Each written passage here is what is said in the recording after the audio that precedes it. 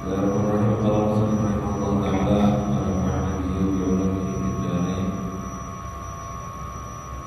Hadits sadis Ummul Mukminin Ummul Hakam Zainab binti Jahsh radhiyallahu anha. Anna Rasulullah Nabi sallallahu alaihi wasallam dakhala 'alaiha fazi'an yaqulu la ilaha illallah wailun lil arabi min syarrin qad iqtarabat. Futiha al-yawma min radmi Ya'juj wa Ma'juj mithlu hadhihi wa halaqa bi usbu'ihi al-ibham wallati taliha. Faqultu ya Rasulullah anahliku wa baina as-salihun.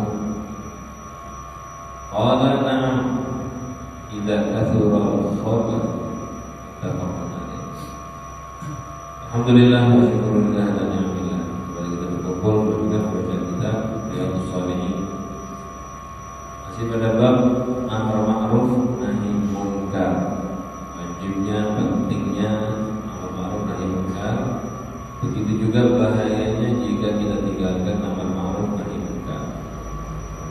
Dari Ummul Mukminin Ummul Hakam Sayyidatuna Zainab binti Jahsh radhiyallahu anha.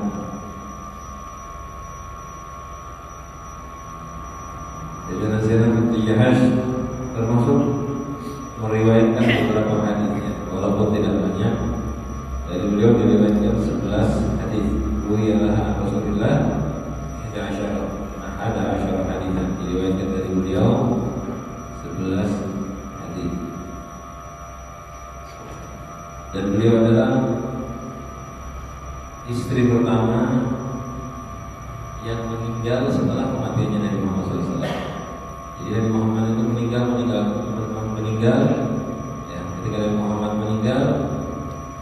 meninggalkan 9 istri yang masih hidup. Nanti ini suatu Mustafa ada 9. Salah satunya adalah Zainab binti Jahsh. Dari 9 itu yang pertama kali menyusul Nabi Muhammad adalah Sayyidatuna Zainab binti Jahsh. Pertama kali menyusul Nabi Muhammad meninggal ini adalah Sayyidatuna Zainab binti Jahsh radhiyallahu anha. Beliau bercerita anna Nabiyya dakhala 'alaiha fazi'an. Sesungguhnya Nabi Muhammad sallallahu alaihi wasallam datangi beliau, masuk ke rumah beliau fazi'an, kebatalan, seperti ketakutan. Yaqulu la ilaha illallah. Dan beliau mengatakan la ilaha illallah. Rasulullah sambil membaca la ilaha illallah. Wa idul lil arabi min syarri qad iqtarabat. Sungguh bahaya bagi orang-orang Arab dari sebuah keburukan yang telah dekat. Sebetulnya umum keburukan ini bukan cuma hanya untuk orang Arab saja, tapi bahasanya Nabi itu karena beliau saat itu orang Arab, tinggalnya di Arab, nyebutnya begitu, celaka kita misalnya. Kayak kita misalnya contoh ya, ada musibah besar, celaka kita ini, ada bahaya buat kita. Padahal kan bahaya sedunia, tapi disebut kita karena keadaannya sedang membahas sesama keluarga. Misal contoh ada pemanasan global, bahaya kita ini pemanasan global, padahal yang panas dunia. Nah begitu juga ini musibahnya ini alam sedunia. Futihal yauma, apa itu wailnya, bahayanya itu apa, musibahnya apa? Futihal yauma, hari ini terbuka min radmi Ya'juj wa Ma'juj, dari apa namanya, bentengnya atau kurungannya Ya'juj dan Ma'juj.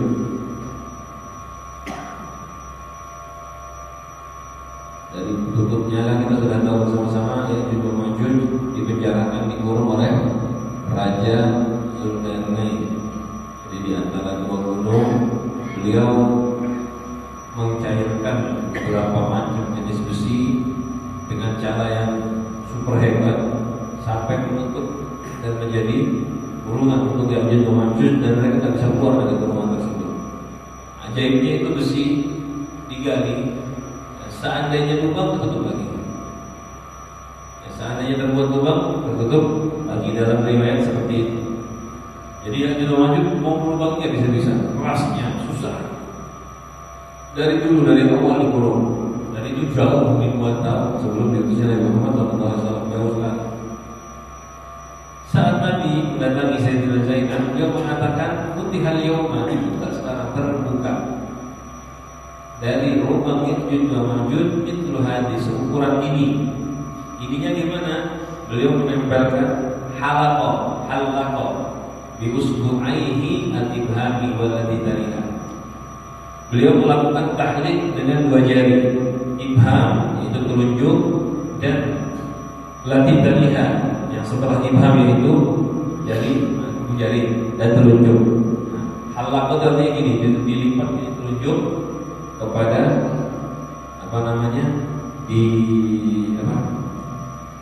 telunjuk ditempelkan di ibu jari. Jadi seperti ini ya. Halaqah itu seperti ini.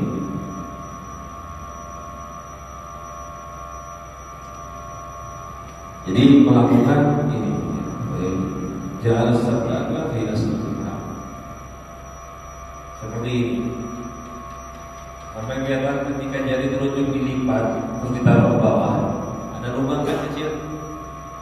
Ini orang-orang ini biasa, kalau dulu pakai istilah kayak gini ini biasa. Tahlil itu artinya 93. Ini yang ditaruh di 9. Karena berdiri angka 9.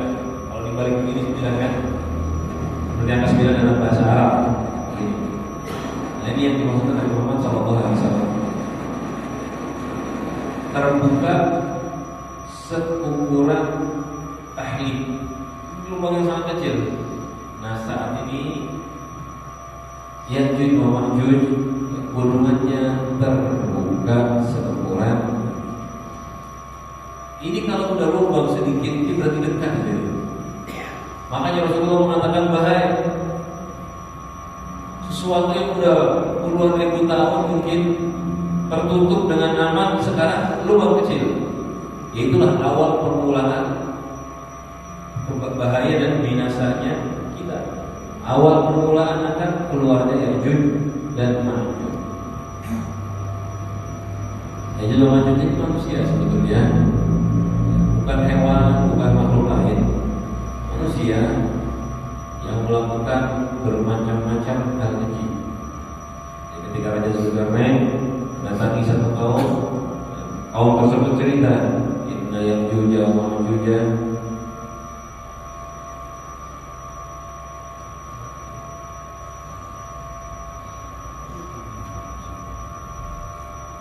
mereka melakukan ifsad di atas bumi.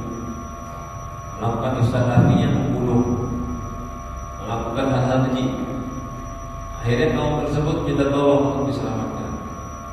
Diselamatkanlah oleh Raja Zulkarnain dengan dikurung. Nanti di akhir zaman pun seperti itu. Dia juga maju ini berkembang biak banyak sekali jumlahnya. Bukan main. Mereka terisolasi di satu tempat khusus. Subhanallah, harusnya ketemu sebetulnya ya. Dengan keadaan seperti sekarang ini satelit, kan ada satelit, ada bermacam-macam alat-alat modern. Harusnya ketahuan di mana. Cuma mungkin dihijab oleh Allah. Ya. Cuma mungkin dihijab oleh Allah untuk menyelamatkan kita. Nanti dekat akhir zaman akan keluar itu. Ya'juj wa Ma'juj ini akan keluar setelah fitnah Dajjal. Setelah fitnahnya Dajjal. Berarti seakan-akan lebih berat daripada Dajjal. Dajjal itu fitnah terbesar.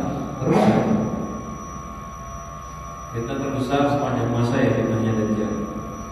Setelah Dajjal keluarlah Ya'juj wa Ma'juj. Dia akan merusak di atas bumi ini, menghabiskan makanan dan sebagainya. Bahkan sampai ketika Ya'juj wa Ma'juj mati nanti dihancurkan oleh Allah Subhanahu wa taala, itu bangkainya saja, mayatnya saja merusak seluruhnya dengan bau bukan main. Bau yang bukan main. Ini sudah terbuka kata beliau sallallahu alaihi wasallam seukuran tahlil. Itu zamannya beliau dulu 1400 tahun yang lalu. Bagaimana sekarang? Kita nggak tahu karena nggak ada wahyu, nggak ada bagaimana. Cuma yang jelas sudah mulai dekat. Rasulullah bilangnya min syarri qad iqtaraba, dari keburukan yang telah dekat. Kejam nanti ya, Ya'juj Ma'juj ini kejam. Dan mereka benar-benar berimiknya. Gak ada namanya negosiasi, gak ada namanya ngomong. Ketemu orang langsung bantai, ketemu orang langsung bunuh, langsung bantai. Jadi memang sifatnya dia itu menguasai, membunuh, membantai. Jadi gak ada pikiran lain kecuali ngebantai selain kaumnya sendiri. Bahkan sampai-sampai nanti diceritakan setelah dia mengalahkan penduduk bumi habis, ya kebanyakan dibunuh sama dia, kecuali sedikit orang yang mengungsi. Nanti dia berusaha menyerang langit, primitif, sehingga dia melemparkan anak panahnya ke langit. Entah itu berbentuk anak panah seperti anak panah biasa, atau zaman nanti kan sudah berkembang. Kan dulu belum ada pistol, belum ada tembakan, belum ada meriam. Kalau nanti masa depan, karena dulu nggak ada gambaran pistol, jadi disebutnya cuma anak panah aja. Bisa jadi mungkin sudah berkembang. Mereka merebut persenjataan orang sekarang, dia nembak ke langit. Setelah mereka menembakkan anak panah dan sebagainya ke langit, subhanallah, Allah turunkan fitnah kepada Ya'juj Ma'juj. Diturunkan hujan yang berwarna merah, sehingga Ya'juj Ma'juj mengira kita telah membunuh penduduk langit. Sehingga mereka mengira kita sudah kalahkan penduduk bumi, sekarang penduduk langit sudah kita bunuh semua. Dengan turunnya hujan merah, dia kira itu darah turun karena mereka telah membunuh. Ternyata dari situlah nanti diturunkan penyakit. Setelah itu diturunkan penyakit oleh Allah, membuat mereka semua binasa. Jadi bahaya seperti itu, bahaya fitnah akhir zaman. Kalau harapannya sih mudah-mudahan kita nggak sampai di situ. Soalnya ini fitnah, kita dijangankan fitnah seperti Ya'juj Ma'juj, fitnah maksiat di akhir zaman aja, di sekitar kita aja kita tertipu. Terserang kelaparan sedikit, iman bisa dibeli. Kekurangan harta sedikit, nggak kuat sudah mengeluh.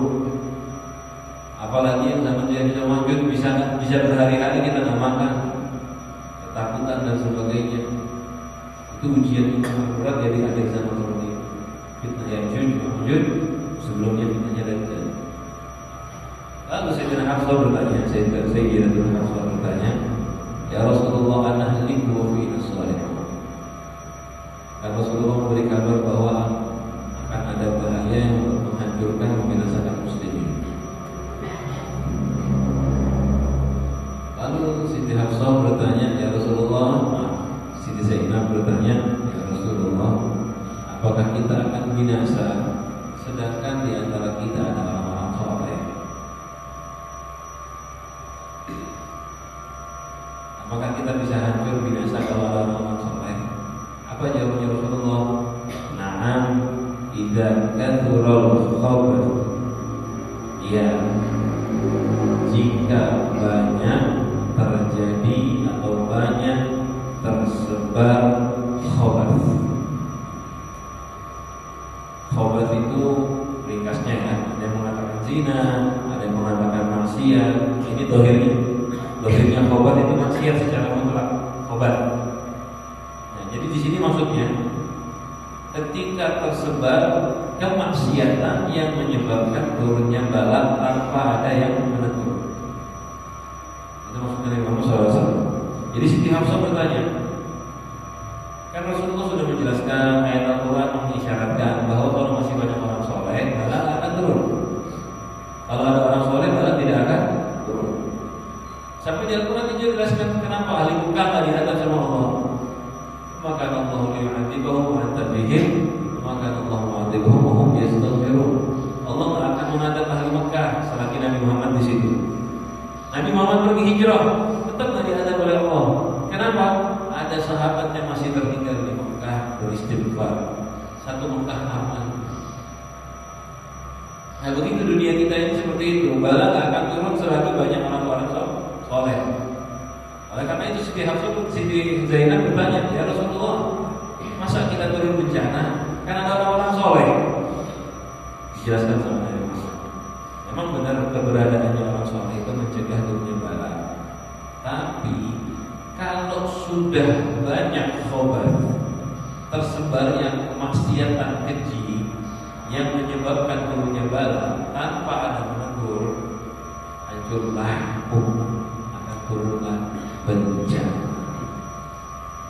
Alhamdulillah, akhir zaman kalau kita mau benar-benar perhatikan, bau-baunya ini sudah ada.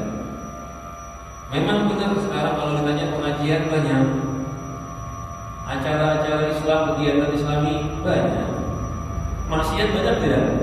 Lebih banyak lagi. Nah, masalahnya bukan banyaknya pengajian, banyaknya ceramah agama, bukan. Di dalam tausiah ceramah agama itu sedikit yang mengingatkan kemaksiatan tersebut. Zaman sekarang ini kalau ceramah itu susah, berat, takut kadang-kadang mau menegur maksiat yang sedang dilakukan. Mereka lebih mikir ngomong sesuatu yang menarik hati pendengar, ngomong sesuatu yang bikin orang senang dan cinta sama dia, bukan nasihat, bukan menjelaskan hal-hal. Memang betul dari kalau kita datang ceramah di satu tempat membahas ini haram, jangan dikerjakan, apa orang-orang begitu. Dulu pernah diundang ceramah, ini bukan membahas tempatnya ya. Memang begini sudah pemikiran akhir zaman. Dulu tanya apa yang diperlukan di sini tausiah. Memang bagusnya seperti itu. Kalau kita belum tahu daerahnya di luar kota atau jauh itu, kita tanya apa yang paling diperlukan di sini. Saya lihat guru-guru kita seperti itu. Kalau mereka tak tahu lahan, tanya apa yang paling diperlukan di sini. Karena memang tujuannya tausiah seperti itu. Dijelaskan oleh ulama dalam fikih. Sunnah bagi khotib khutbah Jumat menyampaikan hukum, menyampaikan jenis wajib ataupun jenis haram yang masih dilalaikan di daerah itu ataupun di waktu itu. Makanya yang juga bertanya, ketika tanya apa jawabannya? Bebas saja di sini ceramah. Yang penting dia jangan menyindir tentang judi. Kenapa? Pikiran kita nggak usah ngomong judi, karena nggak ada yang judi di sini, jadi nggak usah dibahas. Ternyata terbalik. Di sini yang datang nanti di depan itu banyak yang bermain judi. Mereka ngomong judinya bukan judi adu uang begitu, tidak. Judinya ini karena hobi, udah keturunan mereka dari dulu di sini kebiasaan judi. Jadi walaupun ada yang jadi ustaz, ada yang jadi habib di situ, judi taruhannya nggak banyak, memang cuma Rp1.000, Rp500. Katanya mereka begitu, jadi dimaklumin. Ini judinya sekedar biar asik-asik aja. Tapi itu haram. Judi itu mau 100 perak taruhannya, tetap haram. Walaupun dengan taruhan Rp1, ada Rp1 sekarang, tetap haram. Justru setan malah tertawa ini. Ya, yang judi dapat untung aja. Sudah dapat untung dunia, akhiratnya celaka. Ini dunia malah dapat untung, akhiratnya celaka juga. Tapi lihat, saya nggak mau bahas judinya, nggak mau bahas macam-macamnya, sudah jelas itu haram. Apa yang diinginkan mereka? Jangan dibahas lah kalau kita melakukan maksiat. Ringkasnya begini, di sini nih ada melakukan maksiat ini, tolong jangan ditegur. Lihat, itu ringkasnya kan begitu. Kita sedang melakukan maksiat ini, mereka tahu itu haram, cuma jangan ditegur. Biar nggak ribut di sini, biar nggak jadi masalah. Justru kalau nggak ditegur musibah kan. Dan begitu di mana-mana sebetulnya seperti itu. Ada daerah kelompok di situ orang-orangnya riba. Tolonglah jangan membahas riba, bahas yang lain aja. Ada yang kebiasaan buka aurat, sadar dingin yang lain aja. Kuping panas benar. Ini loh penyebab turunnya bala. Rasulullah sudah kasih isyarat. Ketika satu kaum banyak di situ khobar, akan binasa, akan turun bencana. Walaupun banyak orang soleh, seperti yang dikatakan, walaupun ada orang soleh, seperti yang dikatakan Sayyidina Zainab. Karena adanya orang soleh tak berguna. Ketika maksiat terang-terangan, contoh satu kampung ya, ada 1.000 orang. Di situ ada 100 orang soleh. Tapi orang solehnya nggak boleh tegur, nggak boleh nasihati. Mereka ibadah sendirian di rumah. Sisanya 900 maksiat. Sampai kalau melihat kampung tersebut kampung maksiat bukan? Ada orang soleh kok, kampung maksiat bukan? Tetap yang kelihatan maksiat. Karena yang soleh berdiam, yang maksiat yang mau ditegur, turunlah bencana. Nah kita lihat, alhamdulillah, memang belum seperti itu total di akhir zaman.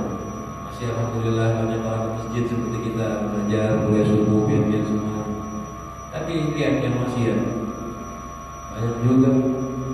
Sebagian penceramah, sebagian walaupun tidak semua, nggak mau menegur kemaksiatan, apalagi yang sudah terjadi di daerah itu.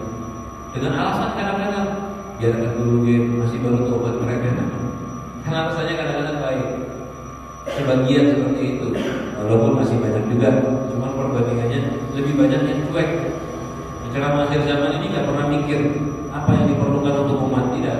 Yang dipikirkan bagaimana caranya umat sayang sama dia. Itulah ulama akhir zaman. Karena memang pikirannya untuk dunia. Jadi mereka hanya ceramah sesuatu yang menyenangkan orang lain agar dapat dunia. Kalau ulama akhirat, walaupun yang diceramahin tidak senang, yang penting mereka menyampaikan kebenaran untuk urusan akhirat, bukan kebenaran urusan dunia ya, untuk urusan akhirat. Akhirnya masih aman karena ada yang menegur.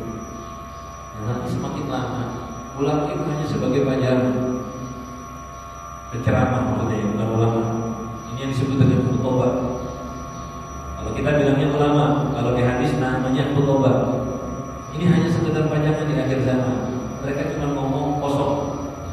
Tidak ada amal ma'ruf nahi munkar, tidak ada.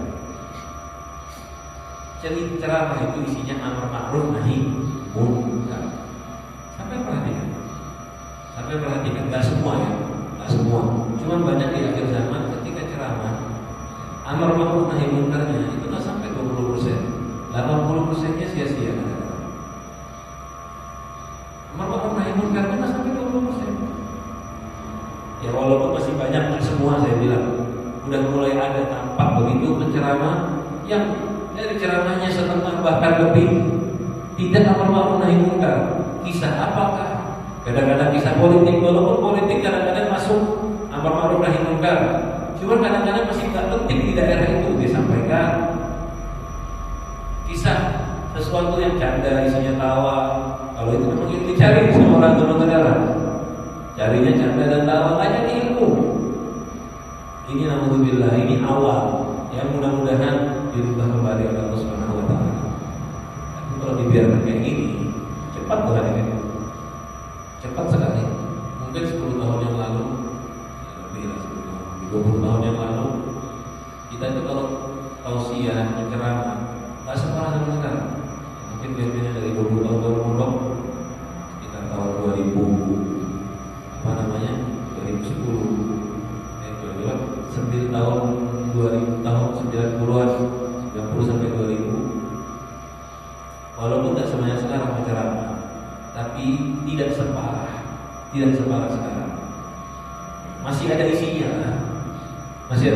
Memang nggak gampang dulu orang berceramah, tapi isinya lebih banyak daripada sekarang.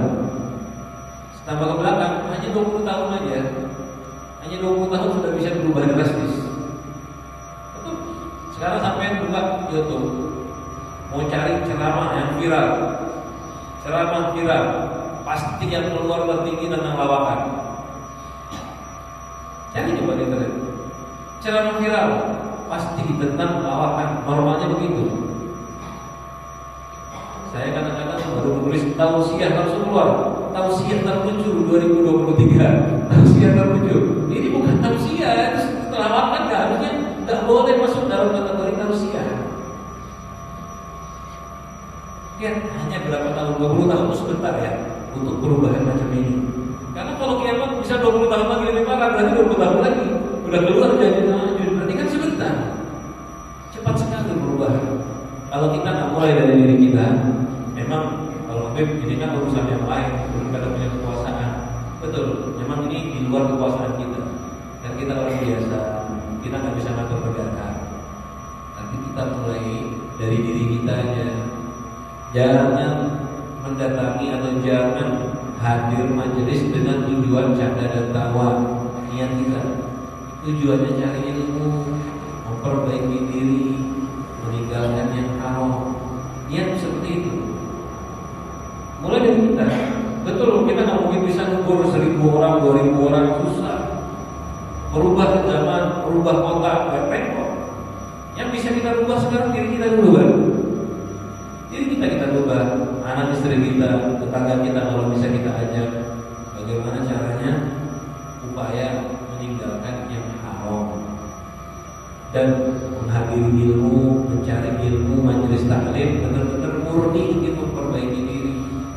Karena kalau maksiat sudah banyak, majelis ilmu bukan ilmu lagi yang disampaikan, bukan teguran maksiat lagi. Orang yang melakukan maksiat gak mau ditegur, ini awal mula turunnya bencana. Walaupun ada wali, walaupun ada orang soleh, sampai Rasulullah SAW ya, walaupun ada orang soleh, bala bisa turun. Ingat aja kaidahnya begini dengan ringkas. Tidak ada yang tegur maksiat, itu penyebab utama turunnya. Jadi maksiat ketika menyebar luas, maksiat yang dimaksud itu maksiat yang terang-terangan ya. Ini khobat yang dimaksud di hadis ini, maksiat yang terang-terangan. Mabuk di pinggir jalan, tempat kemaksiatan di pinggir jalan. Ini nggak usah ditanya, banyak di sekitar kita. Tempat mabuk, tempat berzina di pinggir jalan. Biasanya dulu sembunyi jauh di hutan, sekarang di pinggir jalan. Dan mau ditutup susah kadang-kadang, ditegur nggak bisa. Itu kan maksiat terang-terangan. Ini yang paling cepat menyebabkan turun bala. Dan nggak ada yang menegur atau nggak bisa ditegur. Dinasehati nggak bisa. Jadi penyebab cepatnya turunnya bala. Walaupun mungkin ada ustadz yang ceramah aja, tapi nggak tegur maksiat tadi, itu juga termasuk balanya itu akan cepat turun. Karena memang maksiat itu harus ditegur. Kalau sudah ditegur, dinasihatin, baru lepas tanggung jawab. Seperti contoh di kampung kita, alhamdulillah ada orang melakukan maksiat apa? Satu jenis maksiat. Itu kalau kita sudah tegur, selesai tanggung jawab. Tapi kalau kita nasihati dia, nggak membahas maksiatnya. Orangnya nggak bisa sholat, dinasihatin, tapi nggak diajarin sholat. Kira-kira dia jadi baik nggak? Ya nggak jadi baik, karena maksiatnya nggak dilarang, nggak dinasihatin, nggak ditegur. Ada orang nggak sholat, ketika saya temui dia, saya nasihati, Pak, banyak sedekah, banyak sholawat. Tapi sholatnya pada ulun sendir. Sholat Pak, enggak, banyak sedekah, banyak sholawat. Kenapa dia nggak dikasih tahu tentang sholat? Ini kalau dikasih tahu sholat emosi gitu. Jadi biar sengaja dia nggak sholat. Yang penting ngaji, yang penting baca doa. Kira-kira nasihat saya baik apa salah? Nasihatnya baik kan, tapi penyampaiannya kurang tepat. Soalnya dia kalau mati seperti itu nggak sholat, tetap neraka. Percuma saudara kalau nggak sholat. Percuma dia mengaji tapi kalau nggak sholat. Justru yang dia perlukan saat itu adalah sholat. Ibarat kata ini ada orang kelaparan ke tempat dia, lapar, lapar, haus, 3 hari nggak makan. Dia kasih handphone, ini handphone buat dia. Manfaat nggak buat dia handphone ini? Nggak bisa dimakan, memang bisa dijual. Dulu kan membahas dijualnya ya. Ini dikasih baju baru atau dikasih handphone, dia nggak perlu itu. Nah begitulah penceramah sekarang menyampaikan sesuatu yang nggak diperlukan sama ahli maksiat. Yang dengar ini sedang menimba menyampaikan hal lain, kurang pas. Memang baik memberikan ilmu, tapi kurang tepat. Ini yang menegur orang maksiat sangat penting. Soalnya kalau maksiat tidak ditegur, yang kena adalah semuanya. Kita teruskan hadis yang ke-7. Nabi Sa'id al-Khudri radhiyallahu anhu. Nabi sallallahu alaihi wasallam dari Sayyidina Nabi Sa'id al-Khudri radhiyallahu anhu, Nabi kita bersabda, "Iyyakum wal julusa fi turqat." Hati-hati kalian dan duduk-duduk di jalan, artinya di pinggir jalan. Jangan nongkrong. Ini kata saya Rasulullah. Jangan duduk nongkrong di pinggir jalan, tempat di mana orang kenapa jangan duduk di pinggir jalan? Jadi duduk di pinggir jalan itu adalah ya, memang nggak ada haram itu tidak, Cuma duduk di situ itu berbahaya. Bahayanya apa? Tempat di mana sampean melihat bermacam-macam orang, bermacam-macam keadaan. Bisa gibah. Sampean gibah paling banyak itu didapatkan di pinggir jalan. Kalau lihat orang kan ada begini, langsung komentar. Gibah. Ini tempat yang paling banyak maksiat. Entah itu jalan raya, jalan komplek, gang di kampung. Ya. Kalau mau duduk, kumpul, masuk ke dalam rumah atau di tempat yang nggak dilewati orang. Bagusnya begitu. Ini duduk nongkrong maksudnya ya. Duduk nongkrong. Akhirnya sahabat bertanya, sama seperti pertanyaan kita ini. Terus kalau harus saya apa? Kalau memang ada awal lagi ditinggalkan. Kalau ya Rasulullah malah min majalisina buddun dan haddatsu fiha. Ya Rasulullah bagaimana? Kalau memang kita perlu duduk di situ ya Rasulullah. Ada sesuatu yang kita bahas di situ. Dan haddatsu fiha. Kita ada sesuatu yang perlu dibahas, diomongkan. Ya. Dan kita tidak bisa meninggalkan tempat itu. Apa jawabannya Rasulullah SAW? Faidah abaitum illa majlisa. Ya bahasanya beliau ya. Jika kalian tidak mau kecuali duduk di situ, artinya tetap mau duduk, fa'atus bariqa haqqo. Maka berikan jalan hak-haknya. Ini kita perhatikan bahasanya Rasulullah.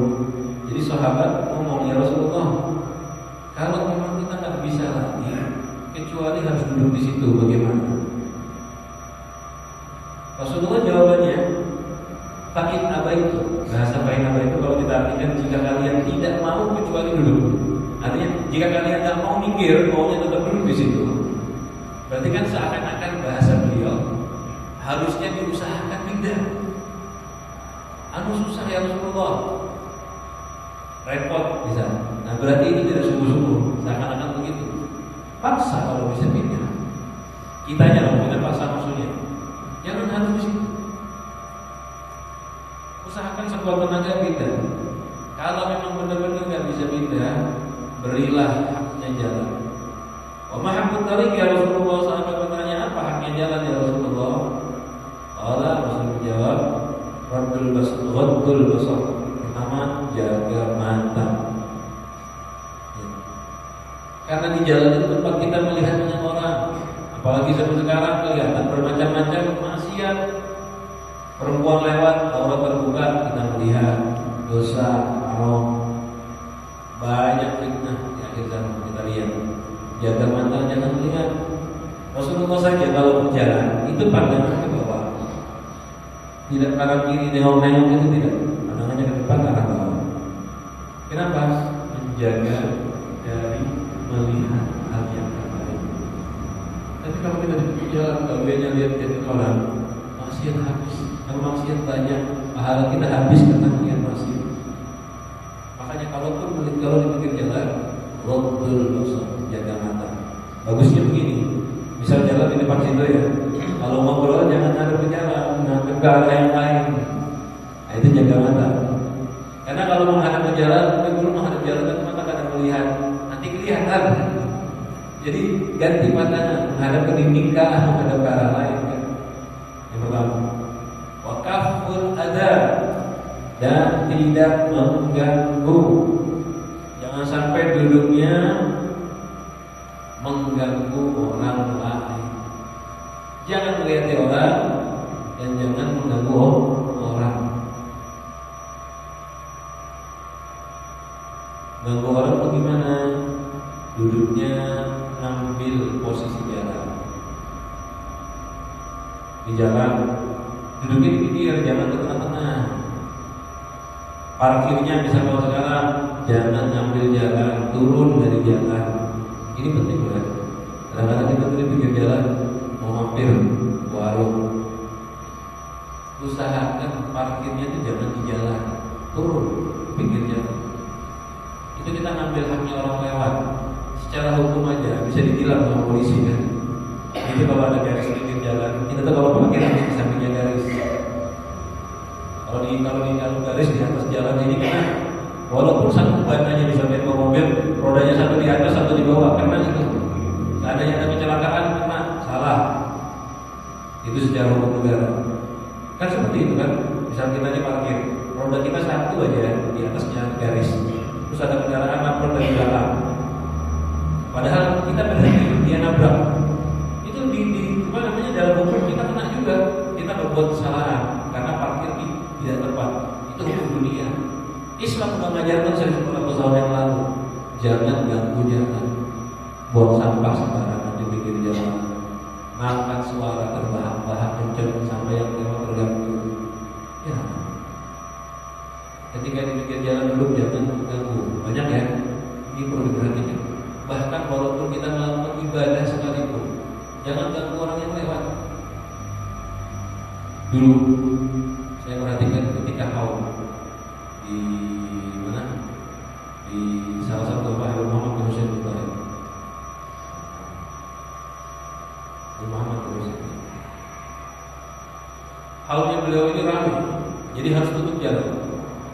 Harus tutup jalan. Memang bukan jalan utama kayak gini ya, belok sedikit. Jadi ada dua jalur, misalnya ini jalan Trikora sama jalan depan, jalan belok ini, nyambungkan. Saya ikut Manggis gitu, jalan perempatan itu Manggis. Karena banyak harus ditutup jalannya. Itu relawan-relawan mau menutup dari siang karena acaranya maghrib. Keluarga kamu nggak mau, jangan ditutup. Nanti mau maghrib, sudah mau acara, orang mau lewat baru ditutup. Kenapa? Agar tidak ganggu jalan. Pertama acara pun kadang-kadang nggak ditutup selagi masih bisa orang lewat. Ini kadang-kadang kita perlu perhatikan hati-hati. Kita tuh mau ibadah, jangan sampai ganggu orang lewat. Habis tempatnya nggak cukup, ya tunggu nggak cukup dulu baru ditutup. Seandainya memang harus ditutup. Jangan sebelum acara sudah ditutup duluan. Ya, setengah jam sebelum acara kan bisa tutup jam. Ya walaupun mungkin secara hukum kita sah-sah saja kalau udah izin ya, kalau udah izin ke RT, RW, ke polisi setempat mungkin sah-sah saja. Tapi bagusnya ini hukum agama, ini toleransinya Islam. Jangan sampai mengganggu orang yang lewat itu dalam rangka ibadah. Masih mereka orang-orang soleh itu perhatian, gak mau menutup, gak mau ganggu orang lewat. Padahal ibadah. Apalagi akhir zaman kebalik, menutup jalannya karena ada maksiat, mengganggu jalannya karena ada maksiat. Ini dia ya, jalan yang kedua. Ini sebetulnya hadisnya banyak kalau kita bahas. Insyaallah kalau masalah nanti akan ada ya. Ringkasan hadis ini kita ketemu di depan. Yang ketiga, raddus salam. Haknya jalan adalah menjawab salam. Kalau kita duduk di pinggir jalan ada orang lewat ngasih salam, wajib kita jawab.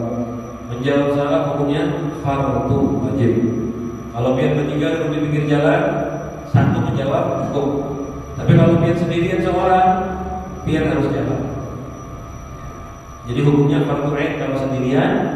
Kalau sekelompok ada bertiga, berempat, berlima dikasih salam, hukum menjawab salam menjadi fardu kifayah.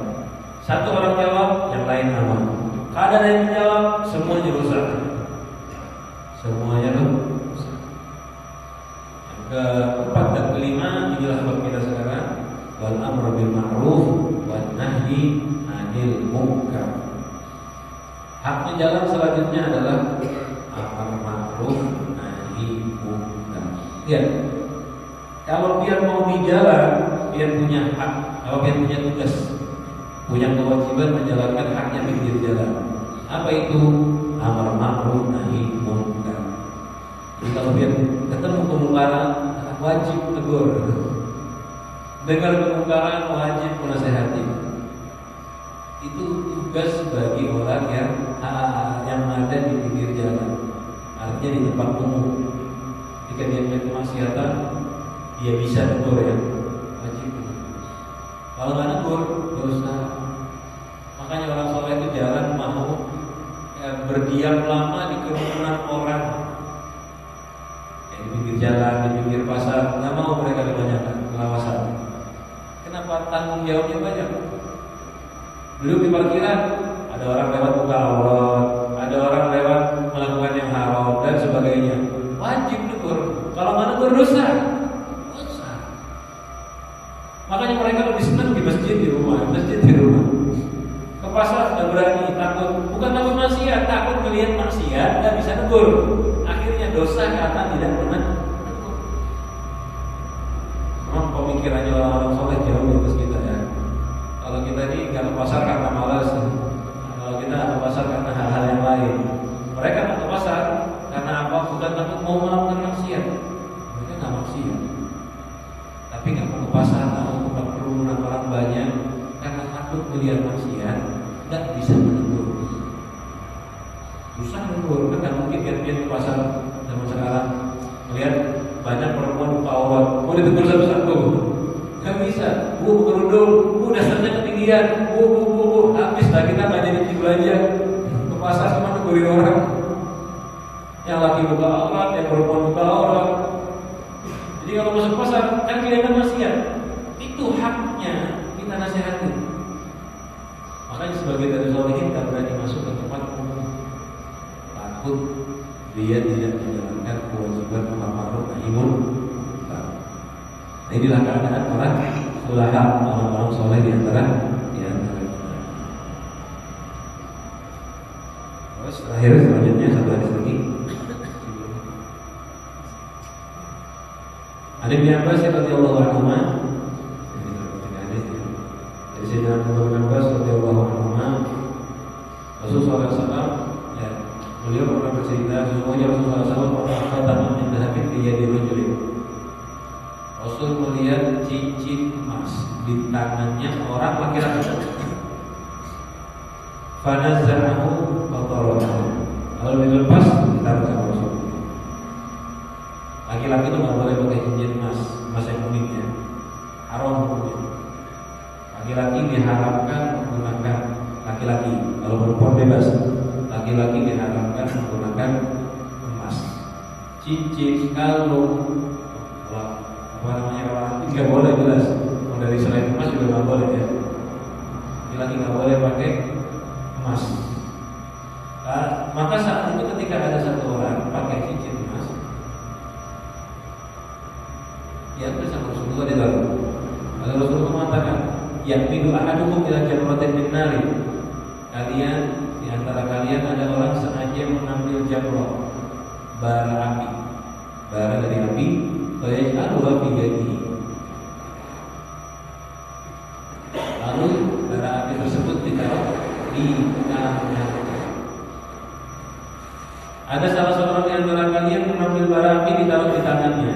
Artinya biasa, pakai cincin emas kan haram. Itu sama seperti naruh bara api di tangannya. Makanya Rasulullah ambil ditaruh. Karena Rasulullah sayang, di tangannya terbakar dengan haram tersebut. Diambil ditaruh. Akhirnya orang tersebut ketika ditaruh, Rasulullah bilang begitu, menerimanya, nggak marah, nggak kesal. Ya Rasulullah itu sahabat orang baik. Dia tidak ada hukum, dikira nggak apa-apa. Ketika dicabut sama Rasulullah lepas, langsung dilepas ditaruh. Akhirnya Rasulullah bangun pergi. Setelah pergi, gila beliau berjuli. Temannya ngomong, pada madhab Rasulullah setelah Rasulullah pergi, khudh khatamaka ittabihi. Ambil cincin yang tadi itu, bawa pulang, ambil manfaat. Artinya jual, kasih ke orang lain ya. Kan laki nggak boleh pakai. Apa yang dilakukan orang tersebut? La wallahi, tidak, demi Allah. La akhuduhu abadan. Aku nggak mau ngambil cincin ini selama-lamanya. Ada akan aku ambil lagi. Kenapa? Sudah Rasulullah taruh. Rasulullah lepas, Rasulullah taruh. Sesuatu yang diletakkan oleh Rasulullah, dibuat oleh Rasulullah, nggak akan berhubung sama sekali. Padahal itu cincin masih punya dia. Rasulullah itu melepas, taruh di bawah. Ya, bukan membuang, bukan melarang dia ngambil lagi. Boleh. Yang haram itu cincin dipakai. Kalau dia lepas, dibawa dipegang begini bawa pulang, nggak apa-apa. Kasihkan istri kan, jual kan buat makan. Ini dia imannya kuat sahabat. Nggak mau ambil lagi. Disedekahkan sama beliau, kan dibuang ya, disedekahkan. Ini kita lihat contoh amar ma'rufnya Nabi kita Muhammad sallallahu alaihi wasallam. Ini contoh amar ma'rufnya Nabi. Nabi lihat ada sahabat pakai cincin emas, nggak pakai lama Nabi negur langsung. Tapi bahasanya Nabi sopan, kalian mengambil bara api, aku selamatkan, aku ambil baranya. Jadi bahasanya beliau itu lembut ya. Kalau kalian mengambil bara api di tangan kalian, aku ambil, aku taruh baranya. Begitu juga itu ibarat pakai cincin tadi. Kalau perempuan nggak ada masalah, bebas. Laki-laki jangan pakai cincin emas. Kalian punya cincin emas jangan pakai. Tapi pun menyimpan aja. Nah, itu khilaf ulama ya. Nyimpannya kalau dengan tujuan memakai sama aja nggak boleh. Tapi kalau nyimpannya tujuannya apa? Tabungan, kena zakat nanti itu. Kalau ukurannya sampai 84 gram, karena lebih dari itu. Ini 3 hadis tentang amar ma'ruf nahi munkar. Mudah-mudahan yang kita baca bisa bermanfaat, bisa kita amalkan dengan dasar Allah, dijadikan orang-orang atau umat-umat yang gemar melakukan amar ma'ruf nahi munkar. Dan mudah-mudahan kita selamat dari segala fitnah akhir zaman, selamat dari fitnahnya Dajjal, selamat dari fitnahnya Ya'juj wa Ma'juj, selamat dari segala fitnah yang membahayakan agama kita, membahayakan dunia dan akhirat kita. Mudah-mudahan